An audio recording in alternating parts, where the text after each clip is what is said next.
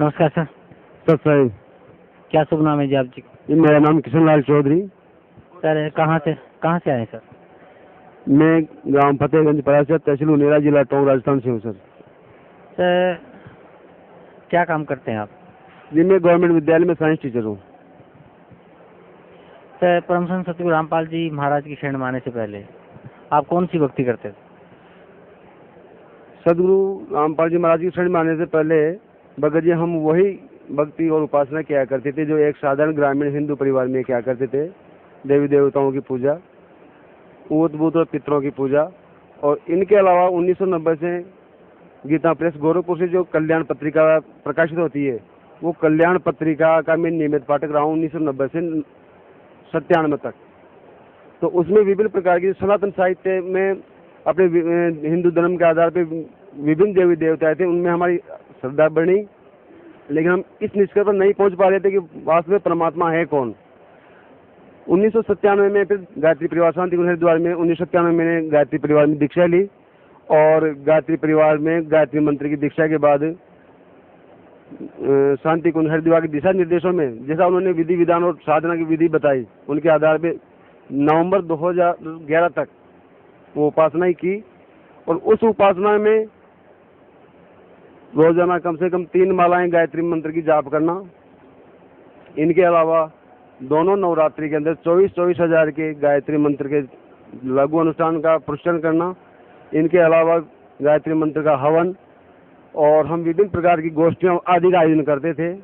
और तहसील स्तर में गायत्री परिजन प्रमुख एक कार्यकर्ता भी था उनेरा तहसील का, जिसमें भारतीय संस्कृति ज्ञान परीक्षा का आयोजन करवाते थे और विभिन्न प्रकार से हम इसमें सहयोग करते थे।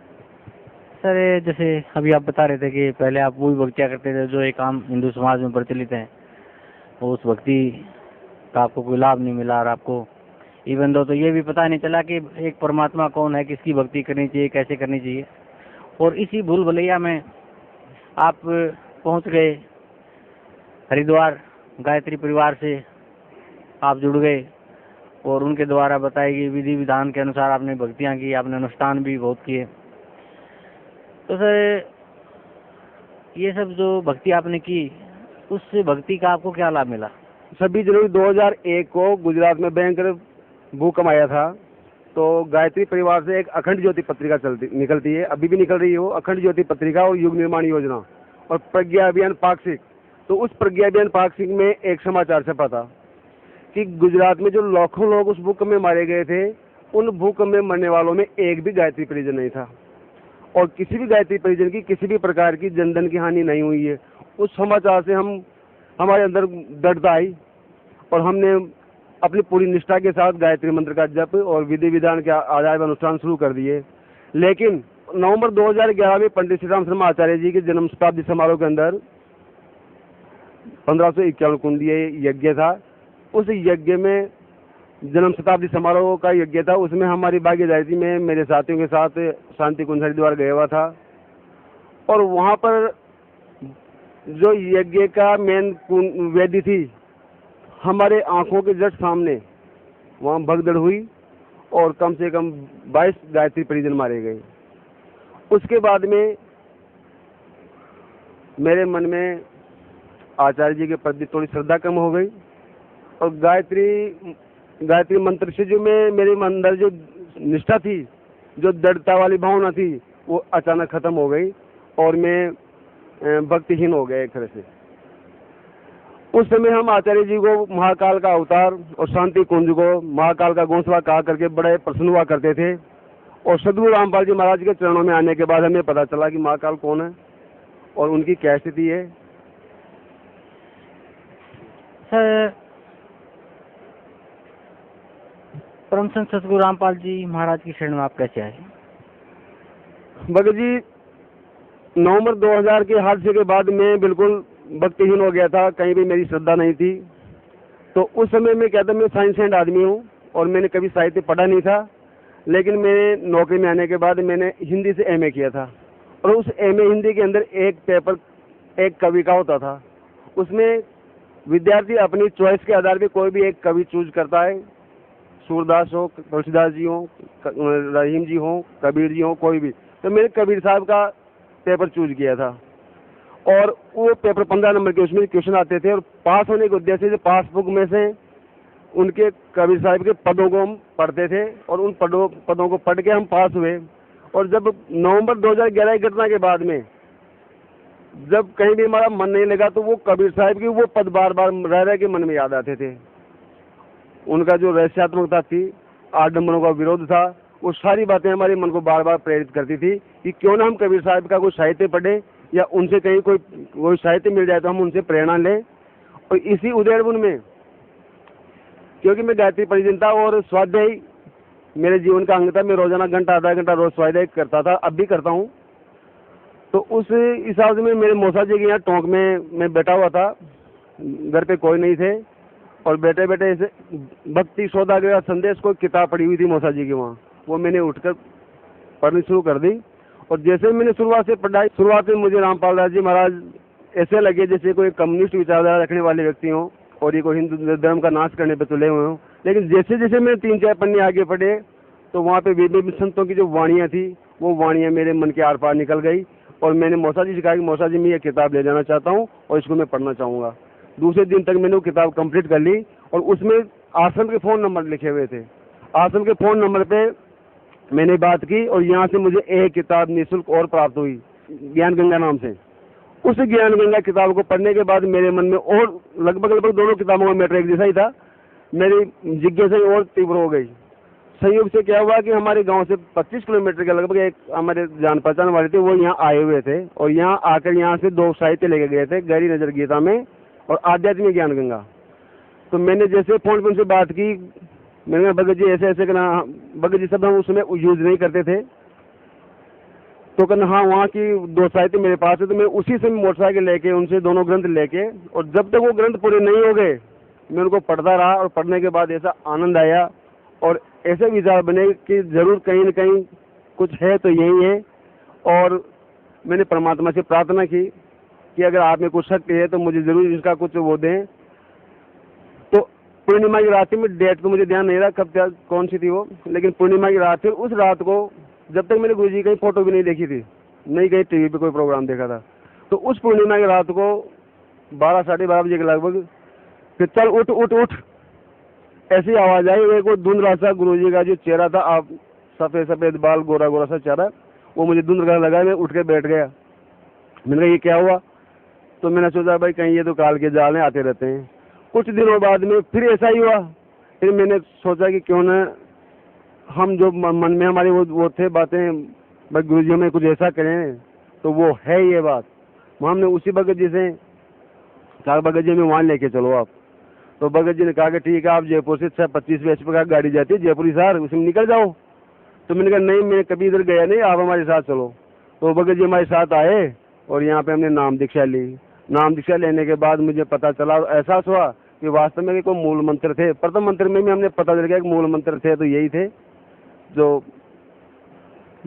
सदगुरु रामपाल जी महाराज ने हमें प्रदान किए हैं। पहले आप परंपरागत जो भक्ति करते थे और उसके बाद आप गायत्री परिवार शांति कुंज हरिद्वार से जुड़े और उन्होंने जो इस भारत वर्ष की धरा पे मैं समझता हूँ बहुत बड़ी त्रासदी आई थी 26 जनवरी 2002 को गुजरात में जो भूकंप आया था। अपने भक्तों को मिसगाइड करने के लिए उन्होंने एक मिथ्या प्रचार किया कि उस भूकंप में जहाँ लाखों लोग मारे गए थे तो गायत्री परिवार से जुड़ा किसी साधक को कोई क्षति नहीं हुई। और अभी आप बता रहे थे कि उन्हीं के अनुष्ठान में जो उनका मेन अनुष्ठान था शांति कुंज हरिद्वार में, उसमें भगदड़ में 22 लोगों की जाने गई। तो उससे सबको देख के आपकी आंखों के आगे जो सब घटनाक्रम हुआ उससे देख के आप काफी विचलित हुए और आप एक नास्तिकता के कगार पे चले गए, क्योंकि वो सबसे बड़ी मैं समझता हूँ कि मन को ठेस लगी कि एक झूठ का सहारा लिया गया गायत्री परिवार से सब समाज को जोड़ने के लिए कि हमारे भक्तों को वहाँ कुछ नहीं हुआ और आपकी आंखों के सामने 22 लोग मृत्यु को प्राप्त हो गए।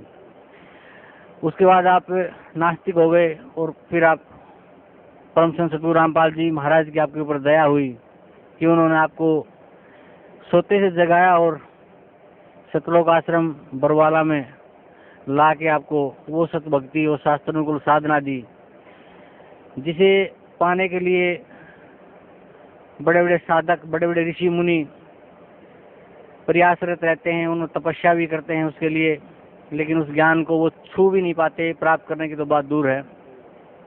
और सतगुरु रामपाल जी महाराज कहते हैं, जा दिन सतगुरु बेटिया ता दिन लेखे लाख, बाकी समय बर्बाद गया बिना गुरु के ज्ञान। जा दिन सतगुरु बेटिया ता दिन लेखा जान, बाकी समय बर्बाद गया बिना गुरु के ज्ञान। तो सर, मुझे बड़ी दुख है इस बात का कि आप जैसे समझदार व्यक्ति और इन आडंबर ढोंगियों के जाल में फंसे रहते हैं। खैर, परम संत सतगुरु रामपाल जी महाराज ने आपके ऊपर दया की, उन्होंने आपको यथार्थ भक्ति दी।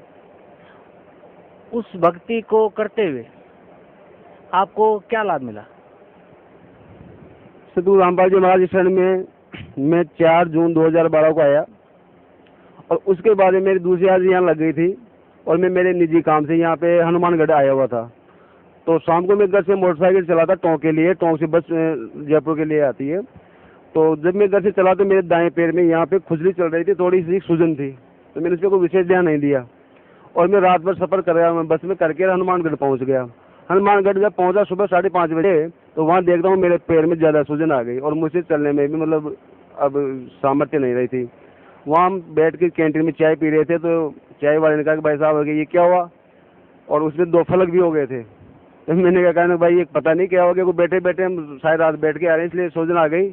नहीं भाई साहब, ऐसी से कोई जहरीला कीड़ा खा गया। भाई मैंने कहा हो सकता है, मुझे तो पता नहीं कहाँ खा गया।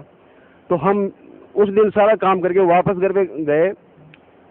शाम को घर पहुँचते ही मैंने आश्रम फ़ोन किया, एक भगत जी से फ़ोन किया, भगत जी ऐसे ऐसे मेरे साथ ऐसा हुआ है, और हमारे गांव में इस प्रकार जहरीली कीड़े खाने इस पर तेजा जी महाराज के यहाँ जाते हैं, और वहाँ पे जोत बत्ती वगैरह लगाते हैं। परमात्मा का साफ आदेश है कि जो कुछ भी करना है आपको परमात्मा के नाम से केवल कबीर परमेश्वर को करना है, और किसी को कुछ नहीं करना है। तो यहाँ से हमें यही आदेश मिला कि आप हॉस्पिटल में दिखा सकते हैं, किसी के आप जाएंगे नहीं देवस्थान पे। तो मैंने रात घर वालों ने भी ये डिक्लेयर कर दिया कि भाई तेरे तो जहरीला कीड़ा खा गया, और सुबह तो हालत खराब हो जाएगी तेरी, और सुबह आपको जरूर वहाँ तेजा जी महाराज के यहाँ लेके चलेंगे और जोत वो जलाएंगे। मैंने परमात्मा से रात को प्रार्थना की कि परमात्मा मेरी श्रद्धा को आप संभल देना, मेरी निष्ठा को दृढ़ करना, और रात भर में मेरे साथ जो कुछ हुआ भगत जी, परमात्मा ने रात को ही नींद में मुझे एक ऐसी कहानी सुनाई। मैं खुद एक किसान परिवार से हूँ। परमात्मा ने कहानी सुनाई कि बेटे मेरे ऐसे हमारे घर में 2 बैल थे, और इस प्रकार एक बैल के पैर में कील लग गई, और उस कील के लगने के कारण वो हाड़ी जो था उसका, तो कील का ध्यान नहीं रहा, और बैल का पैर सूज गया, और बैल चलने में असमर्थ हो गया। फिर हम उसको वहाँ गांव में जो डॉक्टर थे जानवरों के, उसको दिखाया, तो डॉक्टरों ने बता दिया घुटनों पे दर्द, और वहाँ पट्टियाँ बांधने शुरू कर दी। तो सदगुरुदेव जी कह रहे थे कि दर्द तो था उसका पैरों के अंदर कील के कारण, और हम इलाज करवाए थे घुटनों पर। इस प्रकार जो कहानी उन्होंने सुनाई तो मुझे जोरदार हंसी आई, और जोरदार हंसी आई तो मेरे परिवार वाले सारे उठ के आ गए। कहा क्यों हंस रहा है भाई, क्या बात हो गई? मैंने कहा कि गुरुजी ने ऐसी कहानी सुनाई, और जैसे ही मेरा ध्यान पैर पे गया, सच मानिए एक मामूली मात्र भी वहाँ पे सूजन नहीं थी, बिल्कुल साफ। जबकि कम से कम हम मेडिकल के हिसाब से भी अब उसको आराम मानते तो कम से कम 1 सप्ताह लगना चाहिए था। हाथों हाथ रात में ही उसको बिल्कुल साफ, जैसे कुछ हुआ ही नहीं। इससे मेरी निष्ठा और दृढ़ हो गई। इसके अलावा ज्ञान गंगा पढ़ने के बाद भी हम यहाँ से 4G का एक कार्ड ले गए थे, तो हम परिवार वाले सारे सुनते थे बैठ के, और उस कार्ड से हमें जो अलौकिक ज्ञान प्राप्त हुआ, तो हमारे घर वालों की निष्ठा भी बढ़ गई। घर वाले भी भाई में भी लेके चलो, ये ज्ञान तो बड़ा तगड़ा है। घर वालों को मैं जी में बिठा के यहाँ सबको नाम दान दिला ले गया। भगत जी क्या हुआ कि जैसे ही हम गाँव गए वापस, घर वाले आए थे, मेरे दोनों भाई छोटे बच्चे भी आए थे, दोनों माँ भी आई थी। हम वापस गए थे, लेकिन हम एक भी ज्ञान गंगा की पुस्तक लेके नहीं जा पाए। और दूसरे तीसरे दिन हमारे घर पे 2-3 मेहमान आ जाते हैं, और वो हमने पोस्टर लगा रखा था वहाँ मकान में, पूछते ये कौन है क्या है क्या है, तो हमने उनसे सारी बात बताई। लेकिन हमारे मन में एक बात थी कि काश अगर हमारे पास ज्ञान गंगा होती तो हम इनको एक एक ज्ञान गंगा देते और इस भक्ति मार्ग को हम और आगे बढ़वा देते, इनका भी कल्याण करवाते। तो हमें इस बात की गहरी निराशा हुई सारे परिवार वालों। उनको जाने के बाद हमने घर पे बात की तो सारे परिवार वालों में ऐसी बहुत निराशा हुई कि हमसे बहुत बड़ी गलती हो गई, हम वहाँ से एक भी ज्ञान गंगा नहीं ला पाए। भगत जी दूसरे दिन हमारे जिले के जो कोऑर्डिनेटर हैं सीताराम दास जी बागड़ी, उनका फ़ोन आया। न तो मैं उनको जानता था, न मैं उनको जानते, न हमारे एक दूसरे के पास फ़ोन नंबर थे। उन्होंने फ़ोन किया कि भगत जी हम ऐसे ऐसे आश्रम से बोल रहे हैं, आपके यहाँ गाँव आना चाह रहे हैं। मैंने कहा साहब आइए, ऐसे मैंने उनको पूरा रूट बता दिया, मैं आपकी सेवा में तैयार मिलूँगा। मेरे को क्यों आ रहे साहब भगत जी आप? कहने साहब हम पुस्तक सेवा में आ रहे हैं, पुस्तकें लेके आ रहे हैं और आपके यहाँ होते हैं, वो वापस हम मालपुरा जाएंगे, 1 घंटा देंगे आपको केवल। मैंने कहा साहब आइए। सतलोक आश्रम के 7-8 सेवादार और गुरुजी की गाड़ी भी आगे पोस्टर लगा हुआ, माइक चलता हुआ जिसमें प्रवचन चल रहे थे। और वो हमारे गांव में जब मैंने देखा तो आप कल्पना नहीं कर सकते मेरे मन में कितनी श्रद्धा और निष्ठा उमड़ी। और कोई भी सतलोक का जो साधक है, जो भगत है, अगर उसने कभी कल्पना नहीं की, अचानक गुरुजी की गाड़ी, सतलोक की गाड़ी, सतलोक के सेवादार अगर अचानक आपके घर पे पहुंच जाएं, रात तो आपने बात ही की थी, सुबह पहुंच जाए तो आपको कैसा अनुभव होगा आप सोच सकते हैं कि हमारे साथ कितना सुखद अनुभव रहा होगा। इसके अलावा रोजाना साधना टीवी के ऊपर गुरुजी के प्रवचन आते हैं, उसमें नीचे एक पट्टी लगी होती थी जिसमें ज्ञान गंगा फ्री मंगाने के लिए सुविधा दे रखी है परमात्मा ने सबको। तो एक भगत ने वहाँ से फ़ोन किया टोंक से, तो हमारे कोऑर्डिनेटर साहब ने, भगत जी ने मैं फ़ोन किया कि आप ये पता और फ़ोन नंबर नोट करो और आप इनको ज्ञान गंगा पहुँचाओ। हमने उन फ़ोन नंबरों पे उनको ज्ञान गंगा पहुँचा दी। और ज्ञान गंगा पहुँचाने के बाद उस ज्ञान गंगा के पीछे मैंने लिख दिया था, खाली पेज आता है उसमें, मेरा फ़ोन अधिक जानकारी तो संपर्क करें, मेरे फ़ोन नंबर लिख दिए थे। महीने 1.5 महीने बाद उन भगत जी का फ़ोन आया कि हमारे साहब आप आइए एक बार हमसे बैठ के बात करिए। मैंने कहा साहब मैं कल परसों आ जाऊँगा। क्या नहीं आप तो आज ही क्यों नहीं आ जाते? क्या नहीं मैं कल संडे आपको बैठ के बात करूँगा। ठीक है। हम टोंक पहुँच गए। टोंक पहुँचने के बाद हमारे एक स्टाफ साथी और थे, उन दोनों को लेकर हम घर पहुँच गए। तो हमने उनसे चर्चा की, मैं आपको ज्ञान समझ में आ गया? कहने साहब बिल्कुल समझ में आ गया, मैं वहाँ मधु परमहंस जी का ऐसे वो उनमें सत्संग में जाता था, वो सारी बातें सही है। अच्छा तो अब मैंने कहा आपको इस मार्ग में जाने के लिए सारी तो बुराइयाँ छोड़नी पड़ेगी, और आप अगर बीड़ी तंबाकू सिगरेट कुछ पीते तो इनको भी त्यागना पड़ेगा, तब आप परमात्मा की शरण में जाना, पहले अपने आप को शुद्ध कर लेना। कहने जी मैंने हमने सबने छोड़ दिया, लेकिन हमारे साथ एक अजूबा हो गया। मैंने क्या हुआ जी? कहने जी हमारी जो भगतमती, उनकी जो भगतमती थी, उनके कैंसर की गांठें थी गले में, और वो टोंक में कम से कम 9 महीने से इलाज करा रहे थे। उनका मतलब ऑपरेशन तो हुआ नहीं था, लेकिन मेडिकल दवाई वो ले रहे थे। दवाई लेते लेते उनको मतलब कुछ भी फायदा नहीं हुआ। डॉक्टर ने बोल दिया कि आप जयपुर जाइए और वहाँ पहले इसकी जांच करवाइए, हमें लगता है कि कैंसर है। तो कहना जी हमने देखो वो बैग जमा लिया, सुबह जयपुर जाने की तैयारी में थे, और रात को दोनों ने परमात्मा को ये मान लिया कि परमात्मा हम आपकी शरण में हैं, कुछ भी हो जाए लेकिन इसके कैंसर नहीं आना चाहिए जांच के अंदर।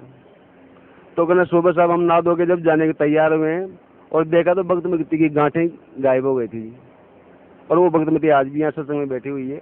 मतलब आप हमें वहाँ लेके चलो। मैंने कहा जी मैं आगे वाले संडे में जो आ रहा है सत्संग, वहाँ उसमें आपको लेके चलूँगा। तो वो मैंने बता दिया ऐसे जयपुर से आप गाड़ी में बैठ के निकल जाना। तो वो संडे का उन्होंने इंतजार नहीं किया, वो दूसरे दिन यहाँ आ गए, नाम दीक्षा ले गए, और आज भी वो भगत जी यहाँ पे बैठे हुए हैं। फिर मैंने फ़ोन पे बात किया उनसे, मैंने कहा भगत जी क्या रहा? कहने साहब हम जाए वहाँ पे। तो मैंने कहा भगतमती जी तो अनपढ़ थी, सारी बातें वहाँ कैसे क्या रहा होगा वहाँ? तो कहने साहब सेवादार सब बातें। मैंने भगतमती से बात कराओ आप मेरी। भगतमती से बात किया उन्होंने, तो भगतमती ने कहा कि जी मैंने मंत्र वंत्र जो गुरु जी ने बुलवाए मैंने बोले, और मैं याद भी करूँगी, लेकिन मैं तो परमात्मा से ये प्रार्थना कर रही थी कि परमात्मा मैं हमेशा आपको मन में आपको याद रखूँगी। और जैसे कि ना मैं दर्शन करने गई, परमात्मा ने कहना मेरे सिर पे हाथ रखा और कम से कम 15 फीट आगे निकल गए, और 15 फीट आगे निकलने के बाद वापस लौट कर आए, और फिर दोबारा हाथ रखे ये कहा कि बेटी घबराना मत, सब ठीक हो जाएगा। तो सदगुरु रामपाल जी महाराज की उन पर असीम कृपा है। सभी अपने भक्तों पे परमात्मा ऐसी कृपा करेंगे। भगत जी सबसे बड़ा लाभ हमें सदगुरु रामपाल जी महाराज की शरण में आने से ये मालूम हुआ, अब तक हिंदू धर्म के जितने भी साधक हैं, भगत हैं, वो सब जानते हैं कि गॉड इज वन, परमात्मा एक है, लेकिन वो परमात्मा कौन है?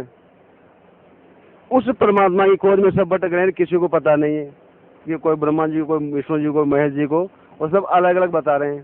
तो परमात्मा की शरण में आने से हमें एक तो परमात्मा का पता चला, हमारी मृत्यु क्यों होती है, हमारा स्थायी स्थान कहाँ है, और इस भक्ति के करने से हमें पूर्ण मोक्ष मिलेगा, ऐसा परमात्मा का आश्वासन है। परमात्मा कहते हैं कि जो जन मेरी शरण है ताका हूँ मैं दास, और गेल गेल फिरता रहूँ जब तक धरती आकाश। अगर इन परमात्मा की शरण में कोई एक बार भी आ गया तो परमात्मा का आश्वासन है कि उस भक्त का वो उद्धार करके रहेंगे, मोक्ष उनको प्रदान करवा के रहेंगे।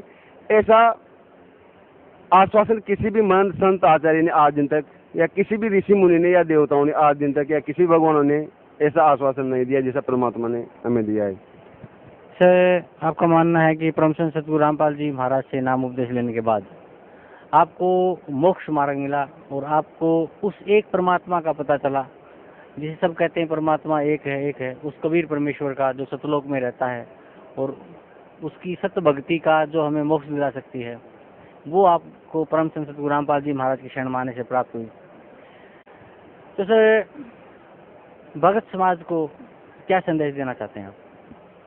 भक्त समाज को मैं संदेश नहीं बल्कि मैं एक आत्मीय अनुरोध करना चाहूँगा, विशेषकर मैं गायत्री परिजनों से अनुरोध करना चाहूँगा कि आज दिन तक आपने बहुत मंत्रों का जाप कर लिया, बहुत भजन कीर्तन कर लिए, बहुत नाम उच्चारण कर लिए, और आपके पूर्व एक गायत्री परिजन का एक अनुरोध है जिस पे आप विचार करेंगे। जो वर्तमान में आप गायत्री मंत्र जाप कर रहे हैं वो बनावटी और मिलावटी है। इसका प्रमाण हमारे सदग्रंथों में है कि जो गायत्री मंत्र आप जाप कर रहे हैं वो यजुर्वेद के अध्याय 36 का श्लोक नंबर 3 है, और उसमें ओम मंत्र नहीं है, मूल पाठ में ओम मंत्र नहीं है, जबकि हम आज दिन तक गायत्री मंत्र के नाम पे ओम लगा के उस मंत्र को जप रहे हैं और जपवा रहे हैं, तो ये मिलावटी है। दूसरी बात, ये बनावटी है। बनावटी कैसे है कि परमात्मा ने अपनी वाणी में कहा है कि उस गायत्री मंत्र को आप जिह्वा से जाप नहीं कर सकते। गायत्री वेद जाने कडियारा, चौका निर्णय करे विचारा, आदि गायत्री अमर स्थानम, सोहम ततुले हंसा लोक समानम, कहे कबीर गायत्री कलसान, अजर अमर घर मूल ठिकान, नाही सुमरन जिव्य आवा, अदर निरंतर ध्यान लगावा, सत गायत्री अजपा जापम, और कहे कबीर अमर घर वासम, अचिंत पुरुष की गायत्री दीन कबीर बताए, और निशिदिन जो सुमरन करे कर्म भरम मिट जाए, सत गायत्री सुमिर के आवागमन नसाई, और सत लोक वासा करे कहे कबीर समझाए। तो भगत जी, आदि शक्ति गायत्री तो ये है जो अजबा जाप है उसका, और हम जो गायत्री मंत्र जानकर जाप कर रहे हैं वो जिव्या से जाप करने वाला है, तो वो बनावटी है। और मूल गायत्री जाप अजबा जाप है जो संत रामपाल जी महाराज हमें देते हैं, सब भक्तों को दूसरे मंत्र में देते हैं वो। और सभी भक्त जो जहाँ पे भी अपनी आस्था लगाए हुए हैं वो पूरी तरह से प्रभु प्रेमी आत्माएं हैं, परमात्मा को प्राप्त करना चाहते हैं, लेकिन अपने कर्मवशों से पता नहीं वो कहाँ कहाँ उलझे हुए हैं। तो वो एक बार जीवन में कम से कम एक बार सतलोक आश्रम में तीर्थ के रूप में एक बार यहाँ जरूर आएं, अपना परमात्मा से अपना नाम लें, और अनंत कोटि ब्रह्मांड के नायक हैं वो वर्तमान में साकार रूप में सदगुरु रामपाल दास जी महाराज के रूप में हमारे सामने मौजूद हैं, उनसे नाम दीक्षा लेकर अपना कल्याण करवाएं। सर, आप टीचर हैं और इंटेलेक्चुअल सोसाइटी से जुड़े हुए हैं, यानी कि पढ़े लिखे समाज से आप संबंध रखते हैं। तो परम संत सतगुरु रामपाल जी महाराज ने सभी धार्मिक गुरुओं को, आचार्यों को, शंकराचार्यों को, ऋषियों को, महर्षियों को शास्त्रार्थ के लिए आमंत्रित किया हुआ है, ताकि भक्त समाज को सत भक्ति का ज्ञान हो, उन्हें कैसे मुक्ति मिले इसका एक निर्णायक ज्ञान समाज के सामने पेश हो सके। तो क्या कहना चाहते हैं आप, कैसा लगता है आपको जब परम संत सतगुरु रामपाल जी महाराज ने इन संतों को आमंत्रित किया? तब हमें बहुत अच्छा लग रहा है, और जो भक्त इस बात को जानते हैं कि परम गुरु सतगुरु रामपाल जी महाराज ने सभी आचार्यों, महर्षियों, मंत्रों, मठाधीशों, विद्वानों, जो विभिन्न धर्मों के प्रमुख हैं, उनको रजिस्टर्ड एडी लिखा है कि आप आइए, आपका काम भी जनता का कल्याण करना है, मेरा काम भी जनता का कल्याण करना है। अगर मुझ में कहीं कुछ गलती है, मैं कुछ गलत ज्ञान बताऊं तो आप मुझ में सुधार करवाइए, और आप अगर कुछ गलत बताएं तो मैं आप में सुधार करवाऊंगा। इसलिए हम सब भक्तों के सामने बैठकर ज्ञान चर्चा करें ताकि भक्तों का कल्याण हो, लेकिन उनमें से एक भी आचार्य ऋषि महंत यहाँ पे नहीं आए और विभिन्न टेलीविजन के चैनलों के संवाददाताओं के द्वारा उनसे उनके जानकारी पूछी गई और वो जानकारी भी मिथ्या थोथी और अधूरी निकली। परमात्मा ने सब शास्त्रों में दिखा दिया उन सब बातों को। परमात्मा व्यसन मुक्त और जो जितनी बुराइयां हैं उनको छुड़ाना चाह रहे हैं और परमात्मा की वाणी में इतना प्रभाव है कि प्रत्येक जो भगत है वो व्यसन करना तो दूर, वो किसी को उसके लिए प्रेरित भी नहीं करता है। और हमारा जो पवित्र सिख समाज है, उस सिख समाज में परमात्मा कहा करते हैं प्रवचनों में कि ऐसे बहुत सारे व्यसन हैं। तो परमात्मा की वाणी का ही प्रभाव समझिए कि अभी 18 तारीख को अकाल तख्त की वहाँ बैठक हुई है और अकाल तख्त की बैठक के अंदर एक निर्णय पास हुआ है। उसमें उन्होंने कहा है कि जो भी सिख परिवार है, जिस घर सिख परिवार में मदिरा, मांस और तंबाकू का सेवन होगा, वो परिवार गुरु ग्रंथ साहब को अपने घर में नहीं रख सकेगा। तो ये मैं मानता हूँ कि सदगुरु रामपाल महाराज की वाणी का ही प्रभाव है कि सिख समाज के जो भक्त हैं उनका भी अब कल्याण होने वाला है, वो भी इन बुराइयों से दूर होंगे और परमात्मा की शरण में आएंगे। जी सर, आप कुछ और बताना चाहेंगे परम संत सतगुरु रामपाल जी महाराज के बारे में, उनकी भक्ति के बारे में, या जो लाभ वो अपने श्रद्धालुओं को उनकी भक्ति से मिल रहे हैं उसके बारे में? संक्षेप में मैं कहूँ तो हम सब इस समय ऐसे भाग्यशाली हैं और हम अपने भाग्य की सराहना करें कि हम इस समय प्राइम टाइम में, पीक टाइम में हमारा जन्म हुआ है। और जो श्रद्धालु यहाँ से नहीं जुड़े हुए हैं उनसे मैं विनती करूँगा कि वो परमात्मा की शरणों में एक बार जरूर आएँ और अपना कल्याण कराएं। बस मैं यही कहना चाहूँगा। जी धन्यवाद आपका, बहुत बहुत धन्यवाद।